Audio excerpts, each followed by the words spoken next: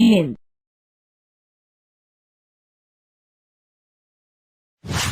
रजनी को बचपन से ही पेंटिंग का बहुत शौक था। वो हमेशा से ही पेंटर बनना चाहती थी, पर उसके माँ और पिताजी ने उसको कभी भी इस चीज के लिए सपोर्ट नहीं किया और उसकी शादी नीरव से हो गई।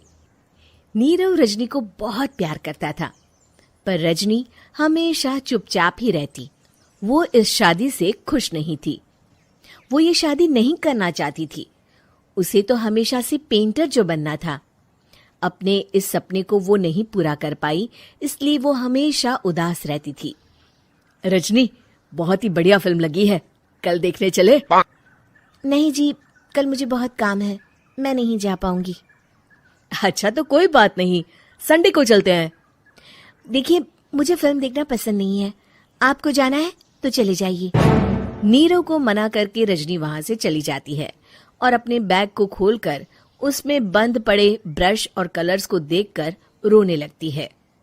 रजनी, चलो ना कहीं बाहर खाने चलते हैं, कुछ तुम्हारी पसंद का।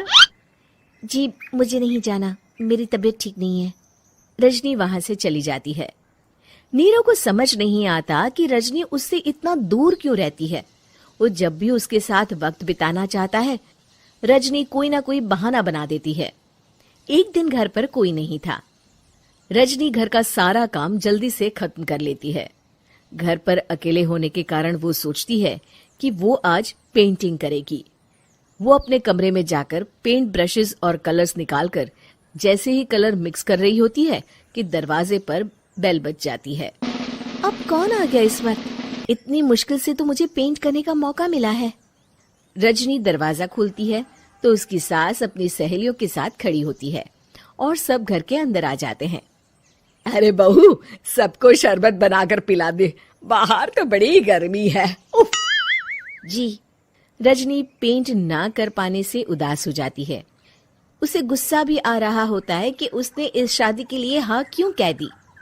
वो रसोई में जा रही होती है कि उसकी सास उसे रोकती है। बहू, सबके खाने का भी इंतजाम कर लेना, आज का लंच तो ये सब यहीं करेगी। हाँ। रजनी बिना कुछ कहे रसोई में चली जाती है। सबके लिए खाना बनाती है। सब खाना खाते हैं और रजनी घड़ी देखती है कि ये सब कब जाएंगे ताकि वो अपनी पेंटिंग कर सके। जब शाम होती है तब सब चले जाते हैं अपने घर। अरे बहू, सब तेरे खाने की तो बहुत तारीफ कर रहे थे, सबको बहुत अच्छा लगा खाना। आपको मुझे सुबह बताना चाहिए था ना कि आपकी सहेलियां आ रही हैं। पता भी है कितना वक्त लगा सारा खाना बनाने में। अरे बहू, तू ऐसे कैसे बात कर रही है मुझसे? तो और कैसे बात करूं? मैं इस घर की कोई नौकरानी नहीं हूं कि इतना काम करूंगी। रजनी अपने कमरे में जाकर दरवाजा बंद कर लेती है। शाम को जब नीरव आता है तो उसकी माँ उसे पूरी घटना के बारे में बताती है। क्या रजनी ने आपसे इस तरह बात की माँ? हाँ, और पता नहीं उसे क्या हो गया है, शाम से बाहर भी नहीं आई है। मैंने तो कई बार आवाज दी, खाना भी नहीं खाया उसने। तू ही बात करके देख ले बेटा। नीरव अपने कमरे का दरवाजा खटखटाता है। रजनी, दरवाजा खोलो, मैं हूं। रजनी दरवाजा खोलती है और फिर वापस जाकर अपने बिस्तर पर लेट जाती है। रजनी, माँ से बात करने का ये क्या तरीका है? मैंने कोई गलत बात नहीं की है। अरे तुम क्यों ऐसे बर्ताव कर रही हो सबके साथ? क्या तुम इस शादी से खुश नहीं हो? रजनी कुछ नहीं बोलती। अरे बताओ मुझे रजनी, क्या ये शादी तुम्हारी मर्जी के खिलाफ हुई है? हाँ, मैं ये शादी कभी नहीं करना चाहती थी। तुमसे क्या, मैं किसी से भी शादी नहीं करना चाहती थी। रजनी रोने लगती है। चुप हो जाओ रजनी, बताओ मुझे, तुम क्यों नहीं करना चाहती थी शादी? रजनी बेड के नीचे से अपने पेंटिंग्स, कलर्स, ब्रश, पेपर्स निकालती है।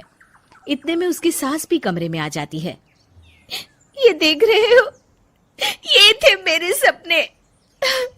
मैं पेंटर बनना चाहती थी, पर माँ पापा ने कभी सपोर्ट नहीं किया और मेरी शादी करवा दी। मेरे सारे सपने टूट गए। हर वक्त बस गुस्सा आता रहता है मुझे। मैं जानती हूँ कि आप लोगों की इसमें कोई गलती नहीं है, पर मैं क्या करूं, मुझे समझ में नहीं आता।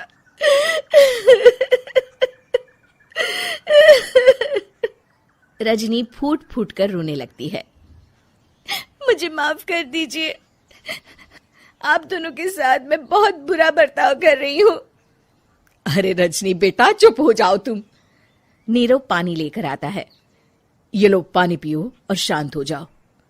रजनी पानी पीती है और उसकी सास पेंटिंग्स देख रही होती है। अरे नीरव, हमें तो पता ही नहीं था कि हमारी बहू कलाकार है। अरे कितनी अच्छी पेंटिंग्स बनाई है, देखो तो। ये वाली तो मैं अपने कमरे में ले जाऊंगी। आपको ये पेंटिंग्स अच्छी लगी? अच्छी नहीं, बहुत अच्छी लगी। और तुमने हमें बताया क्यों नहीं? तुम जब चाहे पेंटिंग कर सकती हो रजनी। हम तुम्हारे सपनों को पूरा करने में तुम्हारा पूरा साथ देंगे।